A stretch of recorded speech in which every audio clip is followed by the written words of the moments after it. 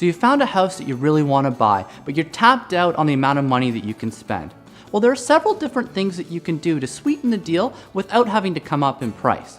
The first thing you need to do though is have your realtor look into what the seller's situation is to figure out what's important to them. For example, if the sellers had purchased a new build property, they likely don't have a guaranteed closing. So putting a clause in stating that they could extend the closing date at their request would be huge value to those specific sellers. Another example would be if they're an older couple or it's an estate sale and they have lots of furniture left in the house. You could put a clause in saying that they could take what they want and leave the rest. That would be a huge value add for those specific sellers. There are many creative ways to sweeten your offer without having to come up in price.